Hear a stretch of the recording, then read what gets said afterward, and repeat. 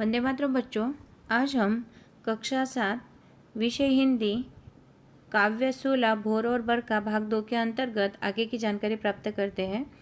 जैसे कि आपको पता है, इस काव्य के पहला जो पद था उस पद में हमने देखा कि मीराबाई ने यशोदा माँ द्वारा श्री कृष्ण को जगाने के किस्से को किस प्रकार वर्णन किया है। अब दूसरा जो पद है, दूसरे पद में देखते हैं कि मीरा ने सावन के महीने का किस प्रकार से मनमोहक चित्रण किया है।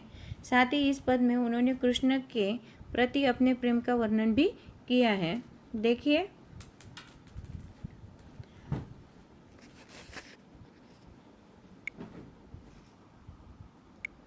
बरसे बदरिया सावन की, बरसे बदरिया सावन की मन भावन की, सावन की मन भावन की, सावन में उमग्यो मेरो मनवा, सावन में उमग्यो मेरो मनवा, भनक सुनी हरि आवन की, भनक सुनी हरि आवन की, उमड़ घुमड़ चहुदिस से आया, उमड़ घुमड़ चहुदिस से आया, दामिन दम के झर लावन की, दामिन दम के झर लावन की, नन्ही नन्ही बूंदन मेहा बरसे, नन्ही नन्ही बूंदन मेहा बरसे, शीतल पवन सुहावन की, शीतल पवन सुहावन की, मीरा के प्रभु गिरधर नागर, मीरा के प्रभु गिरधर नागर, आनंद मंगल गावन की, आनंद मंगल गावन की। देखिए बच्चों, अभी यहाँ पर हमने जो ये दूसरा पद पढ़ा है, इस पद में मीराबाई सावन का बड़ा ही मनमोहक चित्रण कर रही हैं। पद में उन्होंने बताया है कि सावन के महीने में मनमोहक बरसात हो रही है। कैसी बरसात हो रही है कि सावन की जो बरसात होती है वो कैसी होती है, मनमोहक होती है। और वैसे ही सावन के महीने में मनमोहक बरसात हो रही है।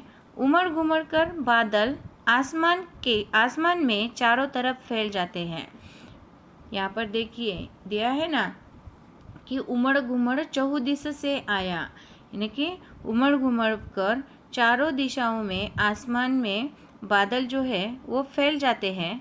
आसमान में यहाँ पर देखिए दामिन शब्द आया, दामिनी अर्थात बिजली, तो दामन, आसमान में बिजली भी कड़क रही है, दामिन दम के झर लावन की, तो आसमान में बिजली भी कड़क रही है। आसमान से बरसात की नन्ही नन्ही बूंदें गिर रही है। देखिए, नन्ही नन्ही बूंदन मेहा बरसे, अर्थात नन्ही नन्ही जो बूंदें हैं बरसात की वो आसमान से गिर रही हैं। फिर है शीतल पवन सुहावन की। अब शीतल अर्थात ठंडी, पवन अर्थात हवाएं और बह रही हैं। देखिए, ठंडी हवाएं भी बह रही हैं। मीरा के प्रभु गिरधर नागर आनंद मंगल गावन की, जो मीराबाई को ऐसा महसूस करवाती है मानो श्री कृष्ण खुद चलकर उनके पास आ रहे हो, और इस तरीके से यहाँ पर वर्णन किया गया है। फिर से देखिए, बरसे बदरिया सावन की मन भावन की, मन भावन अर्थात मन को भाने वाला या मनमोहक। तो जैसे कि इस पद में बताया गया है कि सावन के महीने में मनमोहक बरसात हो रही है। आगे देखिए, उमड़ घुमड़ चहुदिश से आया, दामिन दम के झर लावन की, उमड़ घुमड़ चहुदिश से आया, दामिन दम के झर लावन की, अर्थात उमड़ घुमड़ कर बादल आसमान में चारों तरफ फैल जाते हैं। आसमान में बिजली भी कड़क रही है। नन्ही नन्ही बूंदन मेहा बरसे, नन्ही नन्ही बूंदन मेहा बरसे, शीतल पवन सुहावन की, आसमान से बरसात की नन्ही नन्ही बूंदें गिर रही है और ठंडी हवाएं भी बह रही है। मीरा के प्रभु गिरधर नागर आनंद मंगल गावन की, जो मीराबाई को ऐसा महसूस करवाती है कि मानो श्री कृष्ण खुद चलकर उनके पास आ रहे हो। मीराबाई। आशा करती हूँ कि आपको ये दूसरा पद भी समझ में आया होगा। आगे देखते हैं प्रश्न अभ्यास क्या कहता है। प्रश्न अभ्यास में कविता से दिया है कि बंसी वारे ललन्ना मोरे प्यार लाल जी कहते हुए यशोदा किसे जगाने का प्रयास करती है और वे कौन कौन सी बातें कहती हैं। तो देखिए इसका जवाब हम इस प्रकार लिख सकते हैं। यहाँ यशोदा माँ अपने कान्हा को जगाने के लिए बंसीवारे ललना मोरे प्यारे लाल जी जैसे प्यार भरे शब्द कहती हैं। यशोदा माँ कन्हैया को जगाने के लिए बहुत सारी बातें कहती है। उनमें से देखिए, रात खत्म हो गई है, हर घर के दरवाजे खुल चुके हैं, हमारे द्वार पर सभी देव और दानव तुम्हारे दर्शन करने के लिए खड़े हैं, ग्वालिन ने दही मत कर तुम्हारा मनपसंद मक्खन बना रखा है, तुम्हारे सब दोस्त हाथ में माखन रोटी लेकर तुम्हारा इंतज़ार कर रहे हैं ताकि वे गाय चराने जा सके, इसलिए मेरे प्यारे कान्हा तुम जल्दी से उठ जाओ। इतनी सारी बातें वो कहती हैं। अब प्रश्न 2 है, नीचे दी गई पंक्ति का आशय अपने शब्दों में लिखिए। माखन रोटी हाथ महिलीन गौवन के रखवारे। अब इसका जवाब हम इस प्रकार लिख सकते हैं। यहाँ दी गई पंक्ति का आशय यह है कि ग्वाल बालक अपने हाथों में माखन रोटी लेकर गाय चराने जाने की तैयारी में है। क्या लिख सकते हैं इसका जवाब? ग्वाल बालक अर्थात गैया चराने वाले जो बालक है वो ग्वाल बालक अपने हाथों में माखन रोटी लेकर गाय चराने जाने के लिए तैयार हैं। अब प्रश्न 3 देखिए। पढ़े हुए पद के आधार पर ब्रज की भोर का वर्णन कीजिए।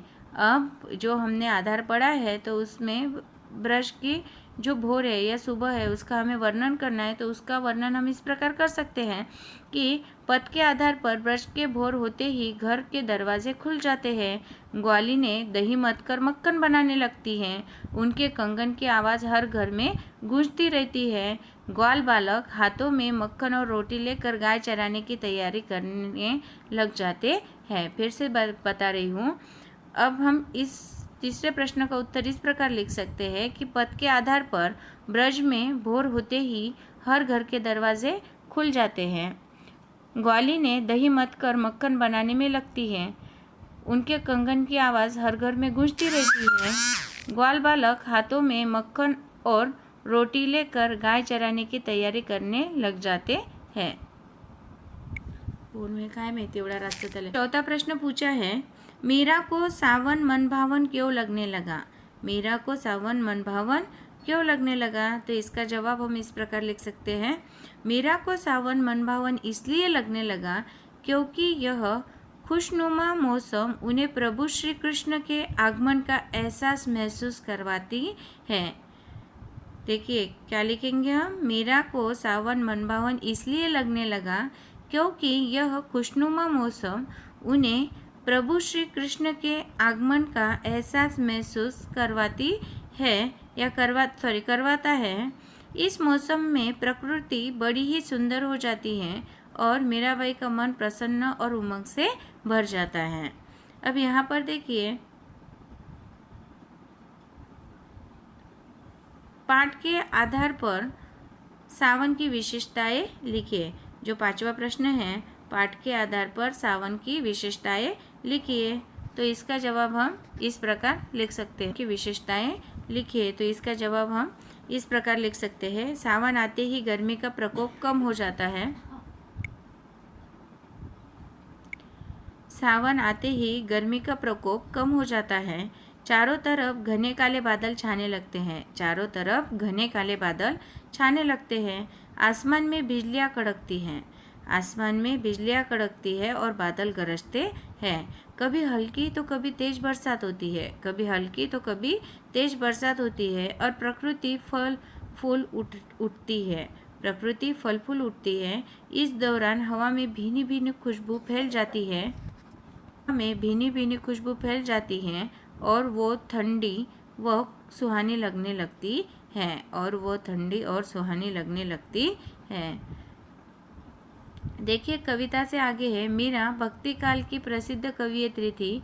इस काल के दूसरे कवियों के नाम की सूची बनाइए तथा उनकी एक एक रचना का नाम भी लिखना है। तो ये आपको स्वयं करना है।